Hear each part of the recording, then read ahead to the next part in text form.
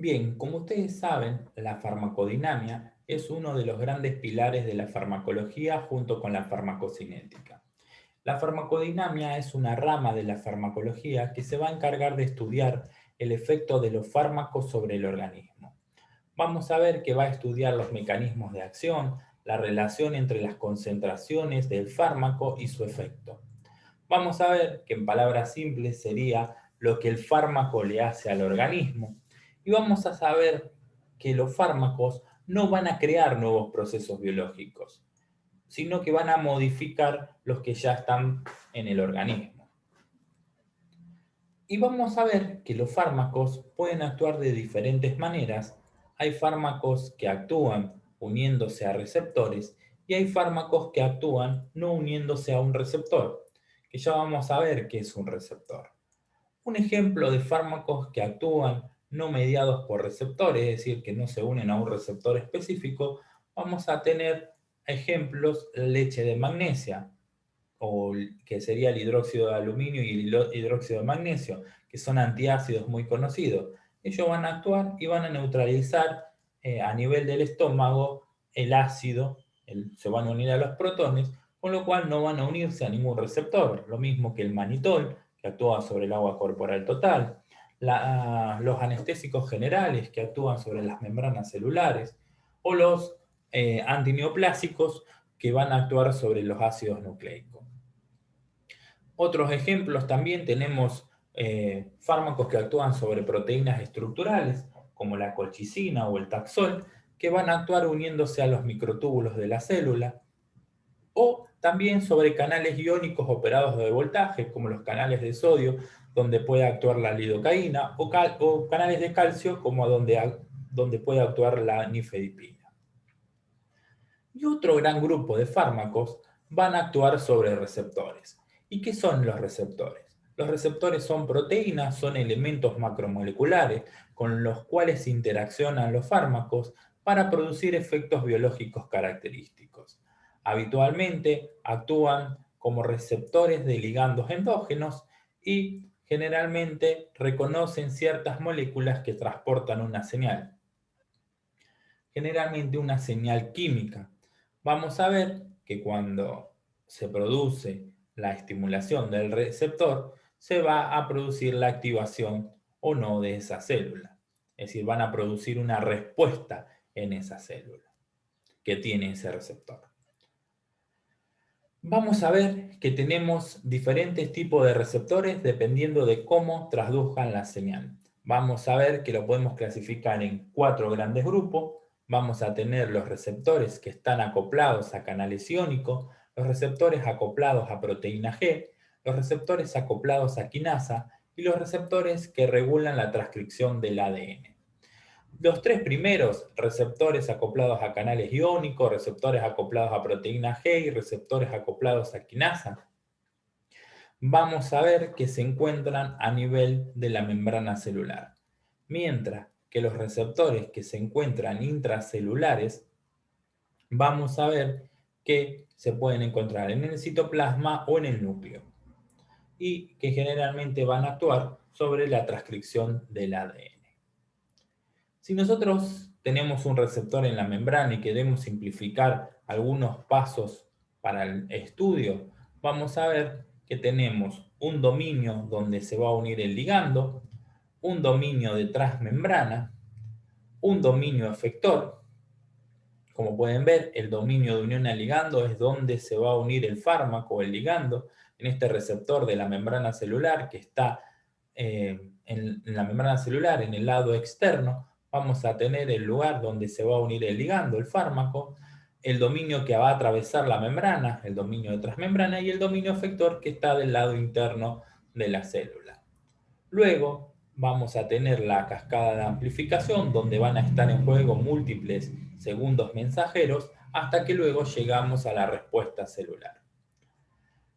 Nosotros, para simplificarlo aún más, vamos a tener el lugar de donde se produce el reconocimiento del ligando, la activación del receptor, la cascada de amplificación y luego podemos estudiar también la respuesta celular. Es decir, podemos estudiar estos cuatro grandes pasos que se producen cuando se activa un receptor. Entonces, los receptores acoplados a canal iónico, vamos a ver, una de las características que tienen es que actúan en milisegundos.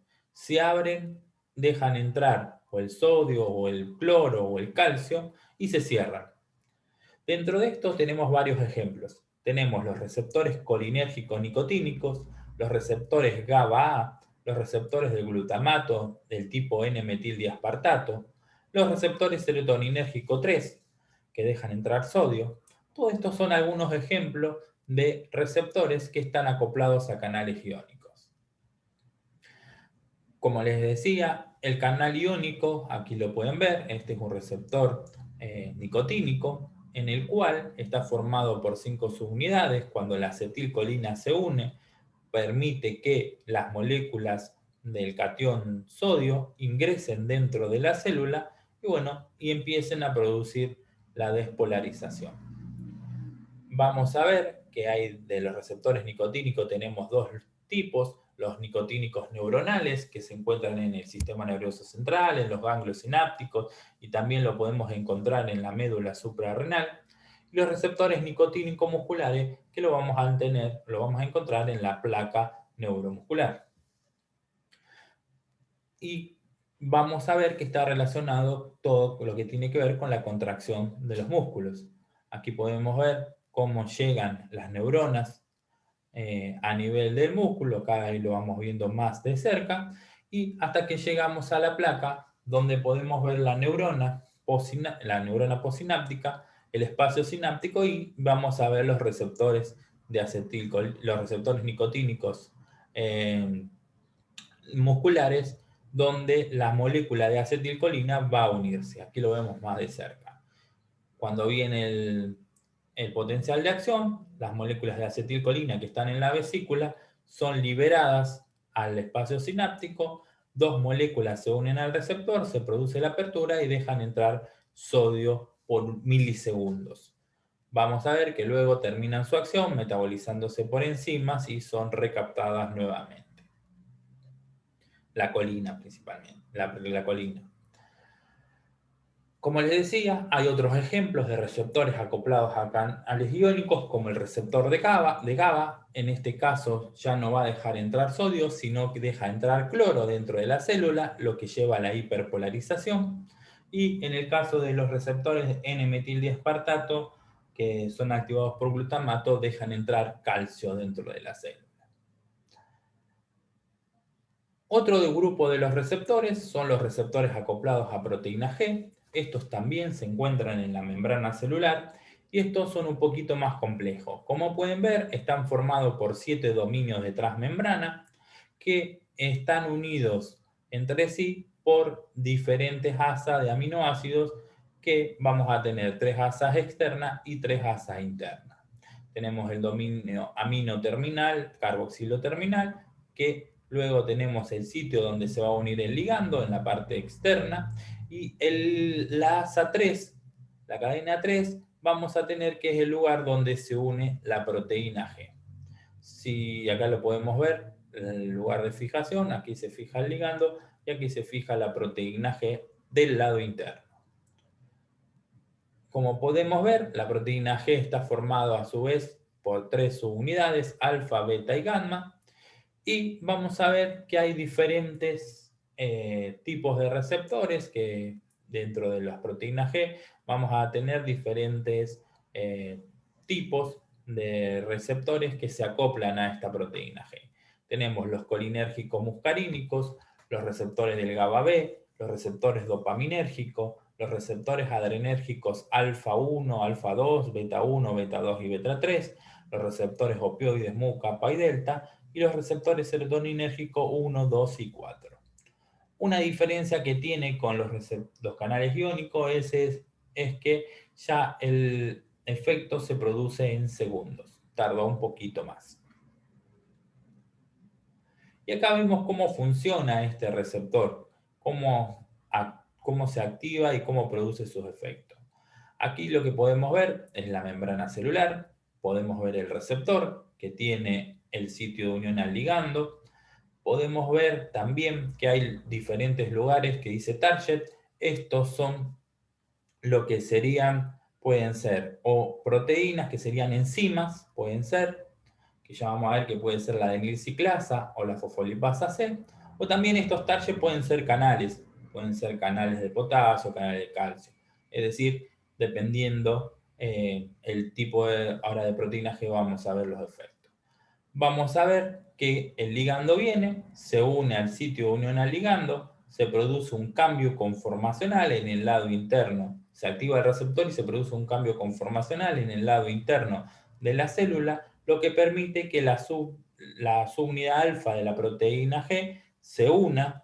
Se produce también un cambio del guanidosin difosfato a guanidosin trifosfato, se libera de las subunidades beta y gamma, y ambas, tanto la alfa como las beta y gamma, van a ir moviéndose por el lado interno de la membrana hasta llegar a los diferentes blancos, es decir, como les decía, enzimas principalmente, que la van a activar o inhibir. En el caso como pueden ver, la proteína G, la subunidad alfa, se une a este blanco, a esta enzima, y la activa.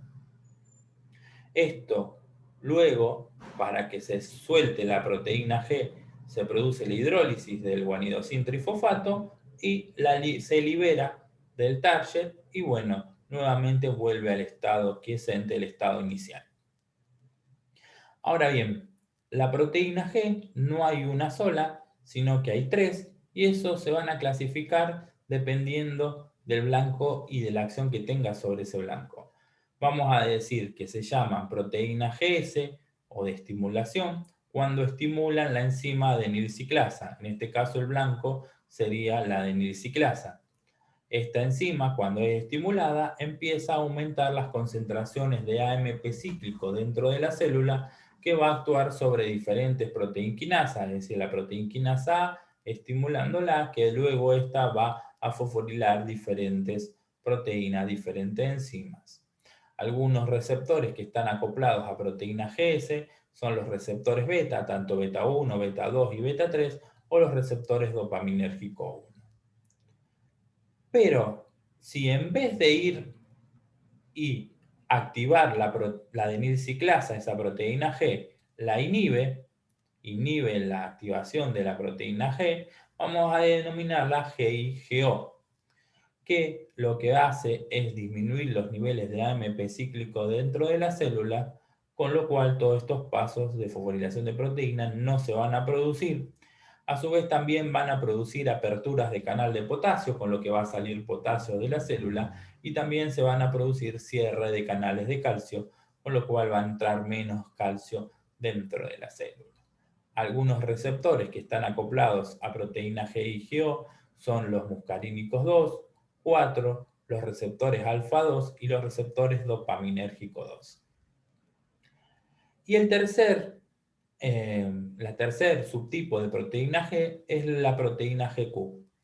En este caso, vamos a ver que en vez de ser la adenilciclasa blanco, la proteína GQ va a activar a la fosfolipasa C, que va a actuar sobre los fosfolípidos de membrana, que se van a desdoblar en inositol trifosfato y diacilglicerol. El inositol trifosfato va a ir al retículo sarcoplásmico y va a sacar calcio de la célula, y el diacilglicerol va a actuar sobre diferentes proteinquinasas C. Los receptores que están acoplados a proteína GQ son los muscarínicos 1, 3 y 5 y el receptor alfa 1.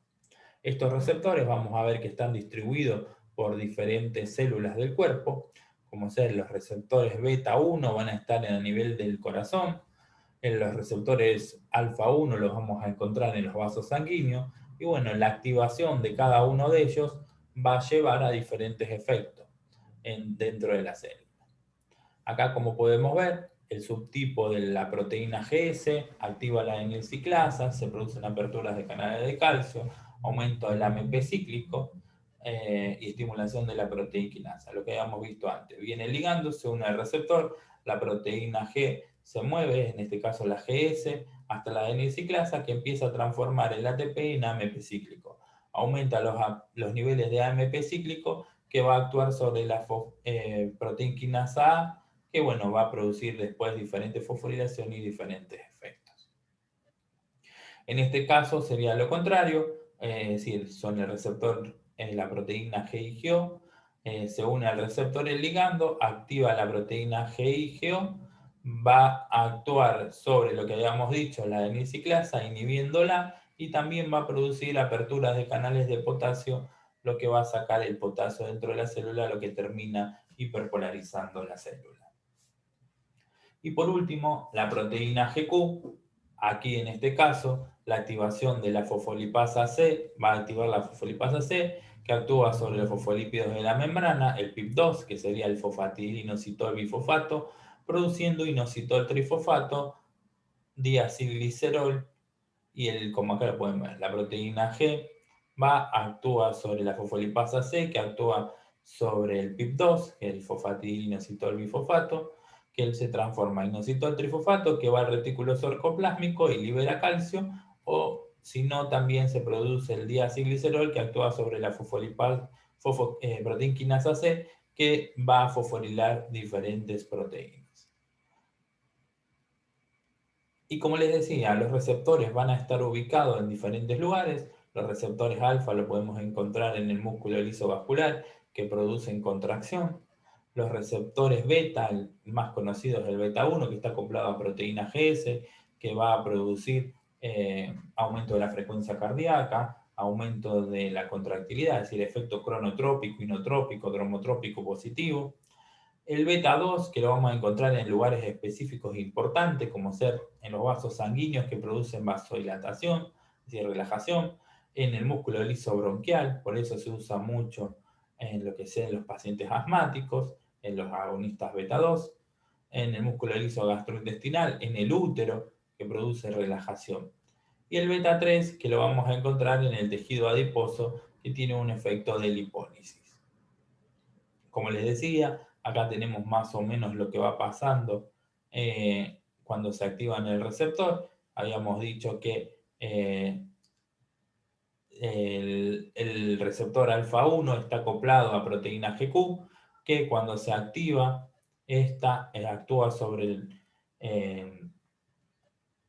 la fosfolipasa C, que va a actuar sobre los lípidos de la membrana. Estos van a producir inositol trifosfato y diacilglicerol. El inositol trifosfato aumenta las concentraciones de calcio dentro de la célula. Esto forma el complejo calcio-calmodulina, que activa la actinasa dependiente de calmodulina, que fosforila la cadena ligera de miocina, y bueno, y todo esto termina produciendo contracción de la célula. En el caso de la célula muscular lisa, a nivel de los vasos sanguíneos, bueno, produce una vasoconstricción, y bueno, es una de las causas o una de las cosas donde actúa la adrenalina, aumentando la presión, produciendo la vasoconstricción. Acá justo lo teníamos, diacilglicerol, inositol, calcio, y bueno, la respuesta celular, que sería en este caso la contracción. Otro lugar donde tenemos receptores, como les decía, el corazón, los receptores beta 1, en este caso van a estar acoplados a proteína GS, que va a estimular la adenilciclasa, que va a aumentar el adenilciclasa, que va a aumentar el AMP cíclico. El AMP cíclico entonces va a actuar sobre diferentes proteínquinasas que van a actuar fosforilando canales de calcio y a la troponina para que se libere y pueda unirse la actina y la miocina. Y todo lo que termina es en el efecto cronotrópico inotrópico positivo.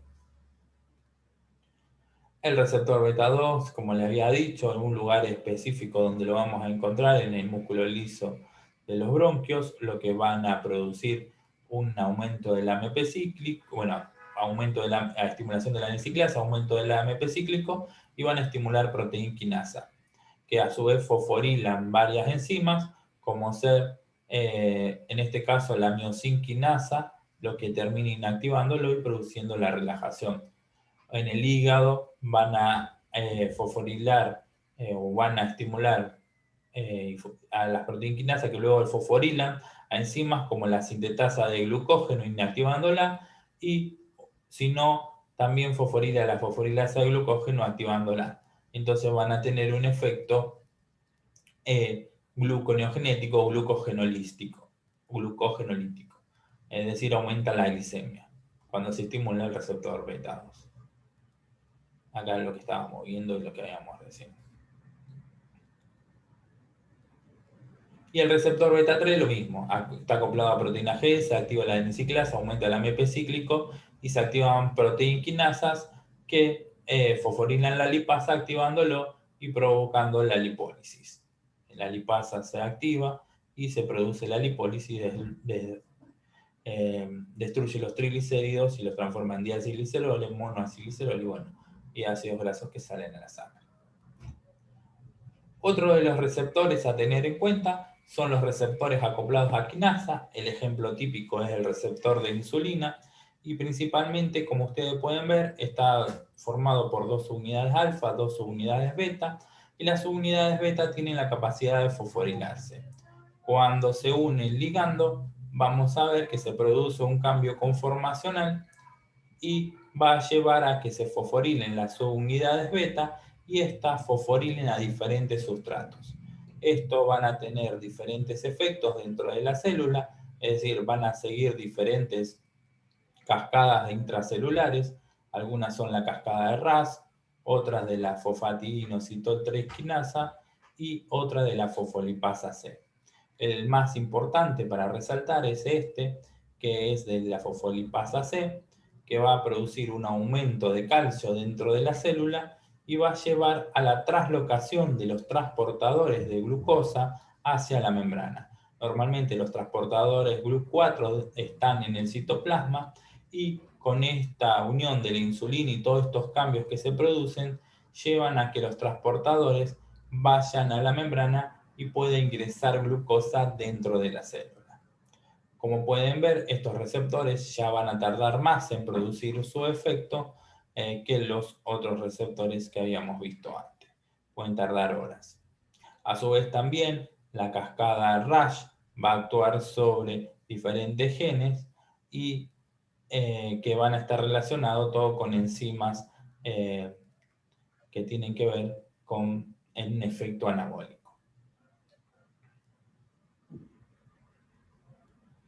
Y el último tipo de receptores que tenemos son los receptores que regulan la transcripción del ADN. Estos pueden estar ubicados en el citoplasma o en el núcleo, van a controlar la transcripción genética y van a actuar sobre el aparato genético estimulando o impidiendo la transcripción de determinados genes. Dentro de las sustancias, dentro de los fármacos o drogas que van a actuar sobre este tipo de receptores, vamos a tener hormonas sexuales, estrógenos, progestágenos, andrógenos, los corticoides, las vitaminas liposolubles A, D, E, K, las hormonas tiroideas y los retinoides que serían la vitamina A. Lo del efecto puede tardar de horas a días, es un efecto mucho más tardío.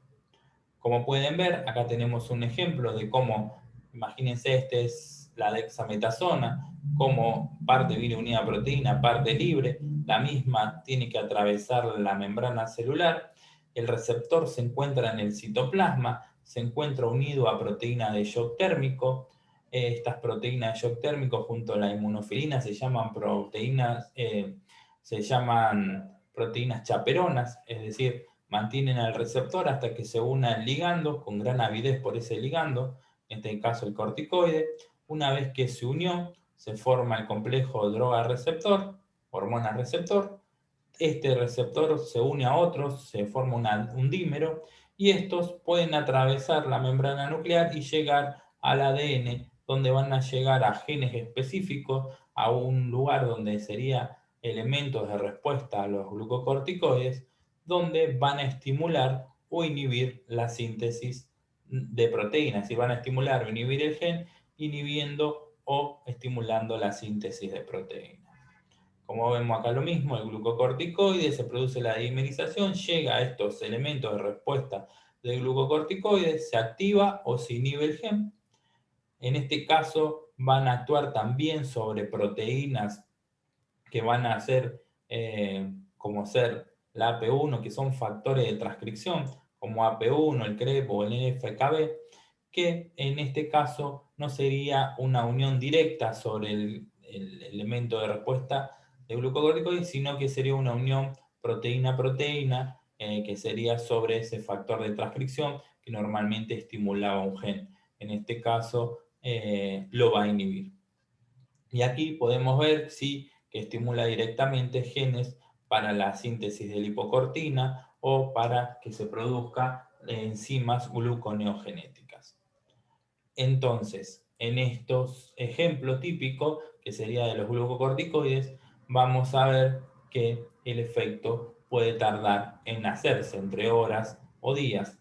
Por eso, cuando nosotros tenemos un shock anafiláctico, lo primero que tenemos que administrar es adrenalina, que va a actuar sobre receptores acoplados a proteína G, que actúan rápidamente, y el corticoide también se administra, pero el efecto va a ser mucho más tardío. Entonces, por eso siempre es importante conocer esto de la velocidad de acción de los diferentes fármacos en relación a los receptores. Como les decía, los canales iónicos actúan en milisegundos, los acoplados a proteína G en segundos, los quinasa pueden actuar en horas, y los receptores nucleares, es decir, los receptores que se encuentran dentro de la célula, van a actuar en horas o días.